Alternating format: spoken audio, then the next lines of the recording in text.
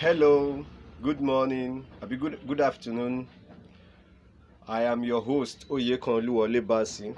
I came to give you a gist on how to fight jungle justice from a personal perspective, from a personal experience that I actually experienced yesterday. My name is Oyekanlu Olebasi. This is El Shaddai Wisdom for African Transformation. Please help me to share this video. Share to your friends. This is going to be a very interesting topic, especially in Nigeria where there is poverty everywhere, lack and want. So young people resort into stealings and so that they can sustain, and then sometimes luck run out of them and they are caught. So jungle justice is something that is sometimes it occurs sometimes. That is number one. Number two, jungle justice may occur because of the people not trusting the former channel of execution of prosecuting criminals. So hunger cause, on one side these people are hungry, they don't have things to eat, and then you come to steal their belongings.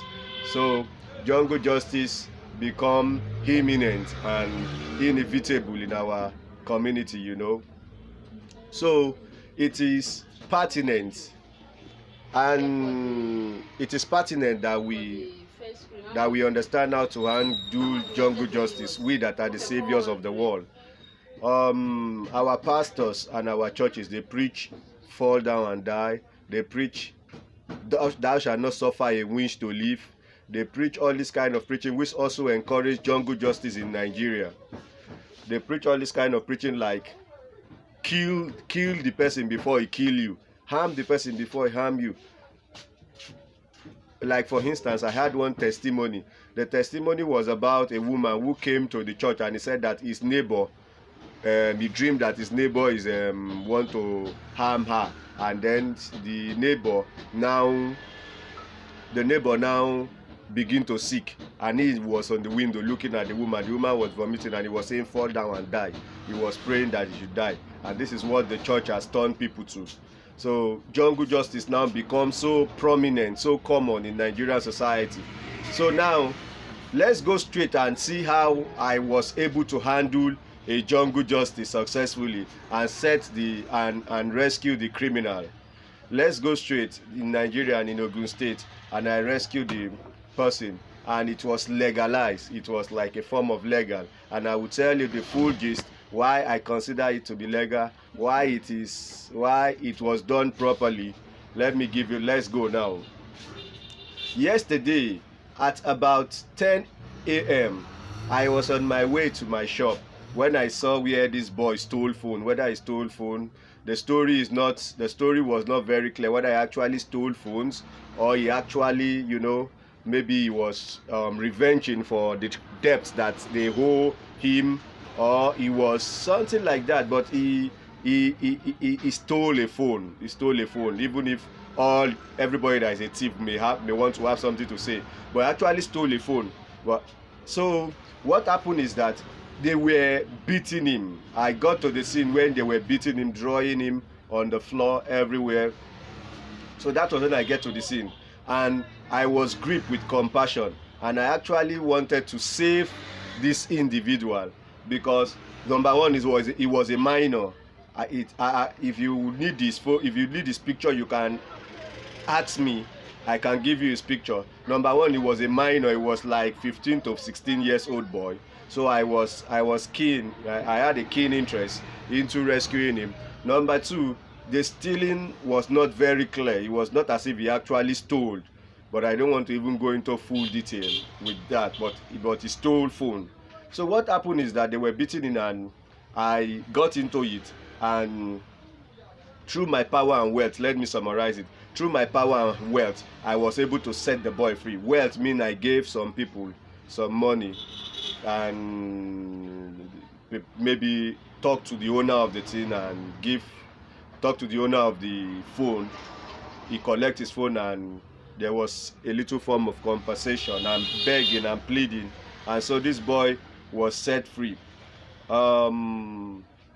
I foreseen that I took picture with the boy and I took this boy to his mother house, and that was the situation.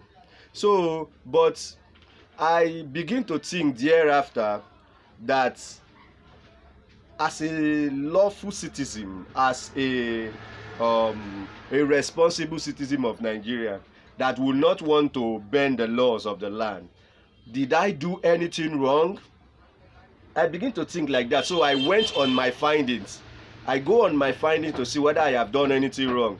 I asked two pastors. My pastor, of course, I asked my pastor, which all of you might have known now. I asked my pastor. My pastor said, no, you didn't do anything wrong. If you have done anything wrong, that means Jesus Christ is a sinner. That said, that tell the thief that though you have stolen, but today you will be with me in paradise. So he set the thief free, and he set the woman who was caught in adultery. Jesus Christ actually set the woman who was caught in adultery. He set her free. So it means that if you have done something wrong, it means that Jesus Christ was a kind of a sinner too. But you surely did not do anything wrong. Two pastors told me this. This is from religion perspective. Then I speak with my lawyer. My lawyer, a person of, okay, don't let me call his name. I speak to my lawyer. My lawyer told me that it is those people that were beating the boy that actually did anything wrong, including police. Even if police was beating the boy too, police have done something wrong. So my lawyer said that I did not do anything wrong, that I can even educate other people. I could even motivate other people to be doing the same thing. Jungle justice must be stopped in Nigeria. Anywhere you see jungle justice, you can intrude and set the captive free, or let the captive follow a due cost, a due channel of prosecution, which is maybe go to police station, from police to court, from court then court will decide whether the appropriate action to be taken. So that is the normal law. But to beat the person, to go informally, to go in mob mobility, to go in jungle justice, that is not too proper. That is not appropriate way. So what happened is that my lawyer said all of these things, that I did a very good job, and in fact I should even encourage everyone around me, because I am a social media influencer. I should even encourage everyone around me to be doing the same, and that is why I have come. Number two, but I was not satisfied with my lawyer's decision. I now called Nigerian police. I called Kano police. I called Kaduna police representing North, because my understanding of sociology is that if I can do the three ethnic group, which is North, East and West, I have covered the whole Nigeria. North, East and West, I have covered the whole Nigeria. So when I call I took that is Wazobia. When I took Kano and Abia police, I have covered the North. When I took Kano and Abuja police, rather, I have covered the North. Kano and Abuja covered the North. I took Abia and Akwa Ibom, I covered this. I took Ogun State and Osun State. I called each of the police, and none of the police said that what happened was wrong. None of the police said that what happened was wrong. So what happened is that, let's go and begin to, for anonymity, I will not call any name of police, but they are just public relation officer. What happened is that okay, from Ogun State, that is, I was told that there was nothing wrong actually. So I asked them that, what about in case of obstructing justice? Because there is this formality that if you obstruct justice, you have done something wrong. But in this case, there was no justice obstruction. What I mean that there was no justice obstruction is that, the people were not even trying to take this boy to police station. People were not even trying to take this boy to the police station. They were just carrying out their jungle justice, is it penalty or something like that. They were beating him, all this kind of beating. A normal Nigerian would know this kind of beating that they render to anybody who is found guilty informally. So they were beating this guy and I interfered. So I did not do anything wrong. However, I asked the police that, what about in the case of obstructing justice? They said obstructing justice is in two ways. If police want to catch the person and somehow I interfere and obstruct, maybe the person died in my house, maybe I told the person, maybe I have an information that would have done or something like that. So I did not obstruct justice. Number two is that even when the community, the society wanted to take the person to police, I did not settle the matter amicably, then I have obstruct justice. Number three is that if there was injury in the scene of the crime, nobody can stop that one. If you stop that one, even when the person accepted, you have obstructed justice.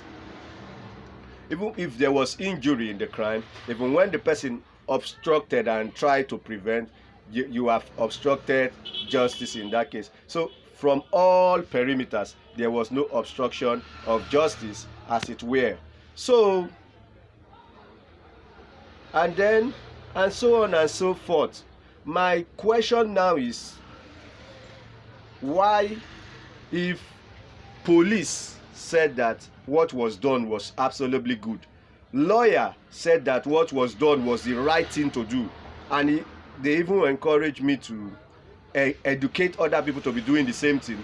If my pastor said that what I did was exactly what Jesus Christ would have done, then why are we not all kicking against mob action? Why are we not kicking against jungle justice? Why are we not all kicking against people taking laws into their hands?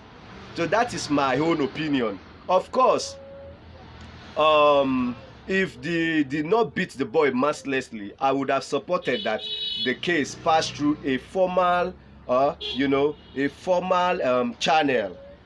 to the police or something like that. And if there was no kind of uncleared phenomena that accompanies this case, we would have said that the case should pass through the normal form of education. But they've almost injured the guy. If you demand a picture, I will show you. So that was why there was this kind of intervention for rescue. So ladies and gentlemen, this is what I have for you. You can ask me question. You can drop your question on the comment section. I will answer it, and if the one that I cannot answer, I will get some professionals to answer, because this is pure professional case. This is a case that only police can answer. This is a case that lawyers, only a barrister can answer. It's not a case that, so me that come out now and I'm talking, I am talking because I have gotten these people consent. That's why I could come out and talk. I have gotten these people consent, and these people all over Nigeria said that there was nothing wrong. So this is a pure professional situation, and I've gotten the answer. So ladies and gentlemen, I welcome you and happy weekend. This is the end of the last day of September. Happy weekend, and I remain your lovely host, Oyekan Oluwole Basi. Let's help the poor now, for the love of God and poor Nigerians I live. Please help me to share this video. Share. Help me to subscribe to this video. Subscription will help us to do a lot in this our channel. Help us to share. For the love of God and poor Nigerian I live. Bye for now.